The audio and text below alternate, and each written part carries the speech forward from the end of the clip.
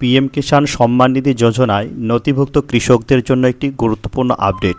আর মাত্র কয়েক ঘন্টা পরেই মাননীয় প্রধানমন্ত্রী শ্রী নরেন্দ্র মোদী পিএম কিষাণ সম্মান নিধি যোজনার 23তম কিস্তির টাকা পশ্চিমবঙ্গের 45.35 লক্ষেরও বেশি কৃষকের ব্যাঙ্ক অ্যাকাউন্টে 907.21 কোটি টাকা ট্রান্সফার করবেন এবং সেই সঙ্গে পশ্চিমবঙ্গের কৃষকদের জন্য চালু হতে চলেছে একাধিক নতুন প্রকল্প। তো আজকে ফাইনালি পিএম কিষাণ সম্মান নিধি যোজনার টাকা কোন কৃষকরা পাবেন, কারা পাবেন না, চলুন আমরা দেখে নেব আজকের ভিডিওতে। তার আগে ভিডিওটিতে একটি লাইক দিন, আর আমাদের চ্যানেলটি সাবস্ক্রাইব না করে থাকলে চ্যানেলটিকে সাবস্ক্রাইব করে নিন। আর যারা সাবস্ক্রাইব করে রেখেছেন তাদেরকে জানাই অসংখ্য ধন্যবাদ। চলুন তাহলে ভিডিওটি শুরু করা যাক।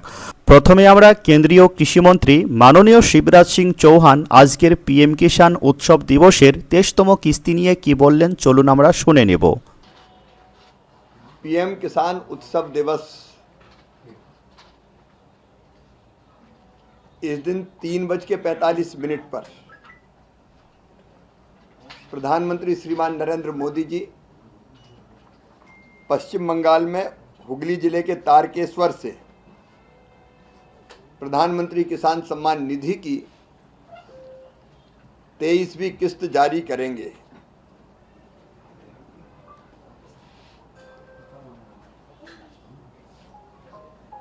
पश्चिम बंगाल में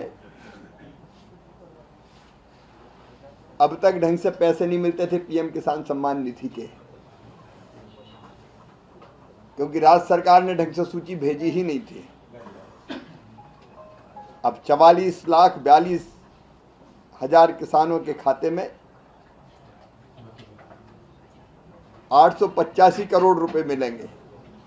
তো বুঝতে পারলেন আজকে আর মাত্র কয়েক ঘন্টা পরেই অর্থাৎ দুপুর 3:45 মাননীয় প্রধানমন্ত্রী রিমোট টিপে সারা ভারতের কৃষকের ব্যাঙ্ক অ্যাকাউন্টে টাকা ট্রান্সফার করবেন এবং ধীরে ধীরে প্রত্যেক কৃষকের ব্যাঙ্ক অ্যাকাউন্টে টাকা ক্রেডিট হবে।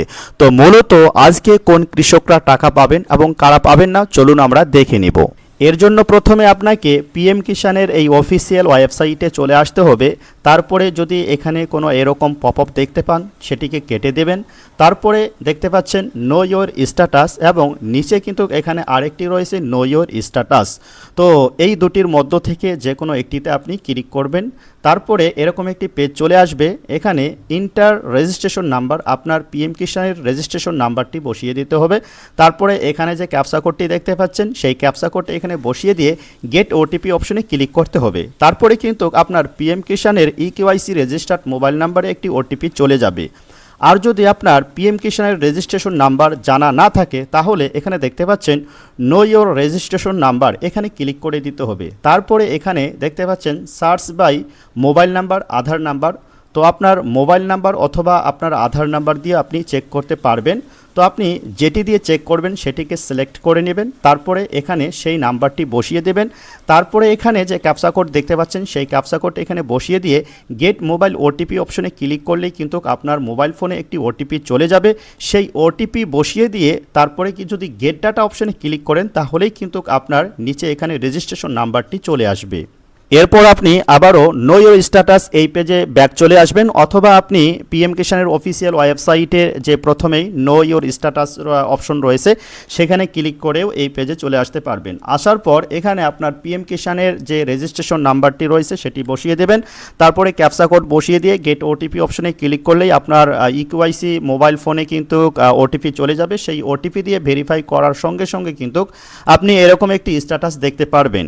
তো এখানে আপনি লক্ষ্য করবেন যে এলিজিবিলিটি স্ট্যাটাসে ল্যান্ড শেডিংয়ে আপনার ইয়েস আছে কিনা, ইকেওয়াইসি স্ট্যাটাস ইয়েস আছে কিনা, এবং আধার ব্যাঙ্ক অ্যাকাউন্ট শেডিং স্ট্যাটাসে এখানে ইয়েস আছে কিনা, এবং সেই সঙ্গে নিচে এখানে লক্ষ্য করবেন যে লেটেস্ট ইনস্টলমেন্টস ডিটেলস, এখানে এফটিও প্রসেটের ঘরে ইয়েস আছে কি। যদি এগুলো সব কিছুই ঠিক থাকে তাহলে কিন্তু আপনি আজকে টাকা পাবেন। আর যদি এগুলোর মধ্যে কোনো একটি নো থাকে তাহলে কিন্তু আপনি টাকা পাবেন না। এর জন্য কিন্তু আপনাকে যদি ল্যান্ড শেডিংয়ে ইয়েস না থাকে তাহলে আপনাকে কৃষি দপ্তরে যোগাযোগ করতে হবে।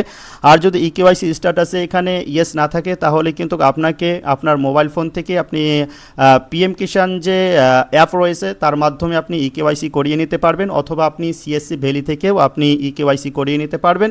তারপরে আধার ব্যাঙ্ক অ্যাকাউন্ট সেটিং স্ট্যাটাসে এখানে যদি ইয়েস না থাকে তাহলে কিন্তু আপনি আপনার ব্যাংকের সঙ্গে ডিবিটি লিঙ্ক করিয়ে নেবেন, তারপরে কিন্তু এটি আপনার আধার সেটিং স্ট্যাটাসে ইয়েস হয়ে যাবে। তারপরে এখানে কিন্তু অটোমেটিক আপনার টাকা দেওয়ার প্রসেসিং শুরু হবে। তো আপনারা এগুলো সবগুলো চেক করে দেখে নেবেন। তো যাদের এফটিও প্রসেটের ঘরে ন রয়েছে অথবা পেমেন্ট স্ট্যাটাসের ঘরে খালি রয়েছে তারা কিন্তু টাকা পাবেন না। তো এভাবেই কিন্তু আপনারা আপনাদের পিএম কিষাণের স্ট্যাটাস চেক করে কনফার্ম হতে পারবেন যে আপনি পিএম কিষাণের টাকা পাবেন কিনা। তো বন্ধুরা, আজকের আপডেট এই পর্যন্তই। আমাদের পরবর্তী আপডেট ভিডিও পাওয়ার জন্য আমাদের চ্যানেলটিকে সাবস্ক্রাইব করুন এবং আমাদের পাশে থাকুন। ধন্যবাদ।